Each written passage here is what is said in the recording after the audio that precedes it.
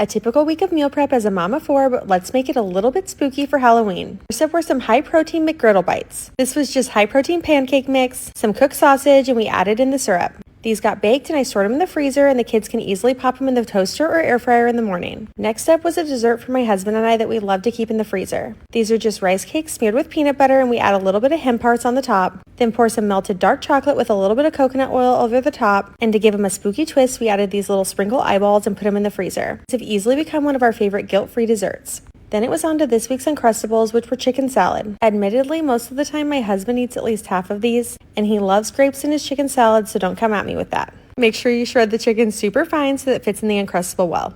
Normally we use our favorite little Uncrustable press all year round, but to make things a little more festive, I got this cookie cutter set that comes in the shape of a pumpkin with a little Uncrustable press in the middle.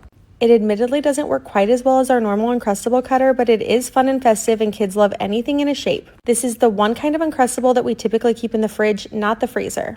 Then of course we saved the crust, and this week we made barbecue chicken cups. This was the leftover cut up crust with some added eggs and spices. Then we put in some barbecue chicken and some shredded cheese and put them in the oven. These make for a super awesome quick dinner, but they also store great in the fridge or freezer to throw in for lunches the rest of the week. And no, these aren't spooky, but I did grab our favorite muffin tin liners in these Halloween prints, and they're really cute.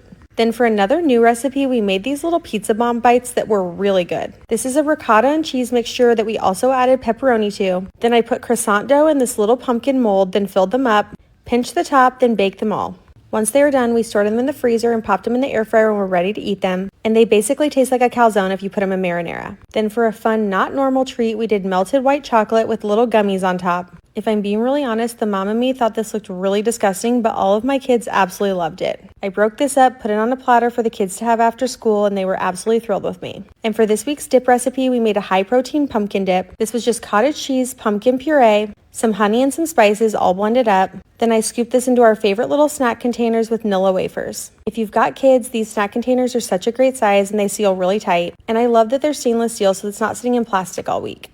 Then, as always, I tried to end meal prep with a quick dinner for the family, and this time it was some little crescent roll mummy hot dogs.